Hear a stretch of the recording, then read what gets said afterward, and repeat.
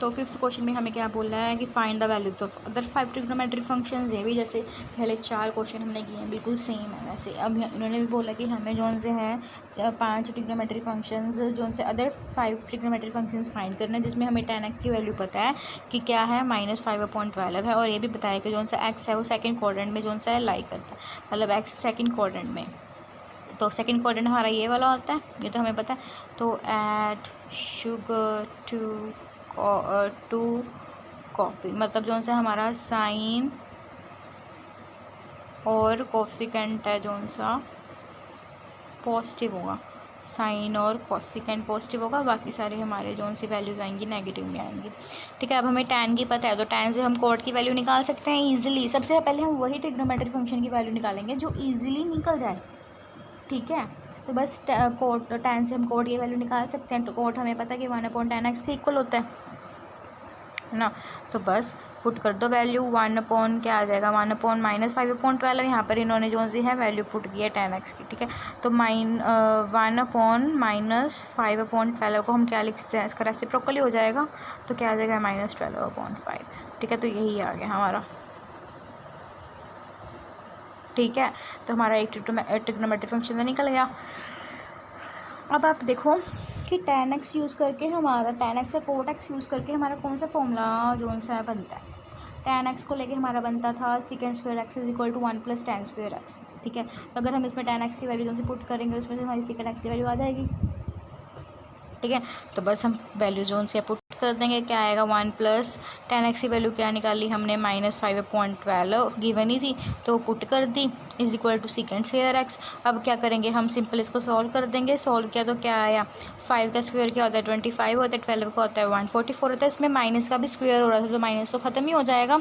Minus को अगर 2 बार multiply करोगे तो पॉजिटिव ही हो जाता है ना, तो इसलिए वहाँ पर माइनस नहीं आया। तो क्या आया, sec² = 1 + 25/144। अब यहाँ पर हम क्या करेंगे, सिंपल एलसीएम ले लेंगे। एलसीएम लेंगे यहाँ पर इस स्टेप में।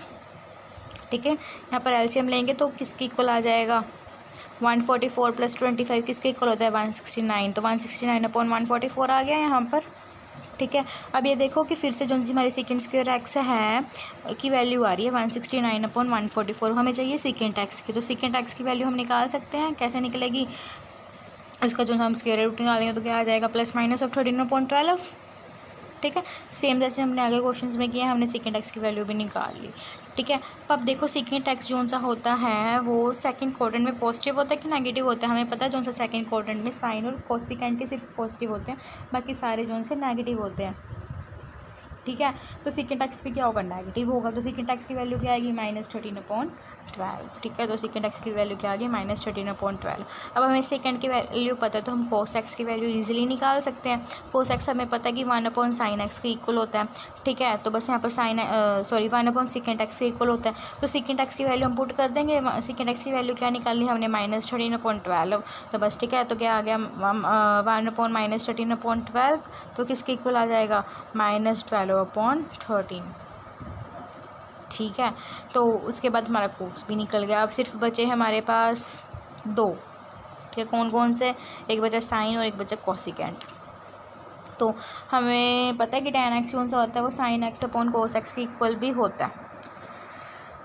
ठीक है, अगर हम ये वाला यूज़ करते हैं फॉर्मूला तो हम इसमें से sin x की वैल्यू निकाल सकते हैं ना, क्योंकि हमारे पास tan x की वैल्यू भी है देखो, और cos x की वैल्यू भी है, हमने यहाँ पर निकाल ली।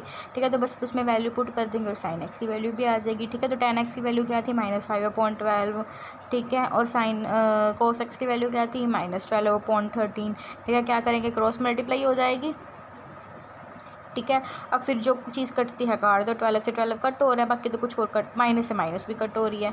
ठीक है, तो क्या आ गया 5/13। और जो सा हमारा, हमें भी बोला था कि जो सा एक्स है हमारा सेकंड क्वाड्रेंट में होना चाहिए, तो सेकंड क्वाड्रेंट में जो सा हमारा साइन है वो मस्ट जो सा है, sign must be in positive sign, मतलब जो सा साइन है वो हमारा पॉजिटिव ही होना चाहिए, मस्ट बी पॉजिटिव। ठीक है, सेकंड क्वाड्रेंट में तो देखो हमारा साइन पॉजिटिव में ही आ रहा है। ठीक है, तो हम इसको ऐसे छोड़ देंगे, 5/13 आ गया। हमारे पास साइन की वैल्यू भी आ गई, हमारे पास सिर्फ अभी एक बच्चा है को निकालने वाला, कौन सा, कोसिकेंट एक्स। तो कोसिकेंट एक्स इसके इक्वल होता है 1/sin x के इक्वल होता है, तो उसमें हम क्या करेंगे, sin x की वैल्यू पुट कर देंगे। sin x की वैल्यू क्या थी 5/13, तो 1/5/13 हो गया, तो किसके इक्वल आएगा 13.5 और 13.5 है तो कोसेकेंट भी इसमें होना चाहिए, पॉजिटिव में ही होना चाहिए, क्योंकि जो सा एक्स है वो सेकंड क्वाड्रेंट में जो सा है लाई कर रहा है। तो यहाँ तक हमारा ये क्वेश्चन भी हो गया, ये आंसर आ गया। तो हमारा 5th क्वेश्चन भी ऐसे कंप्लीट हो गया और हम चलते हैं अपने नेक्स्ट क्वेश्चन पे। 6th question,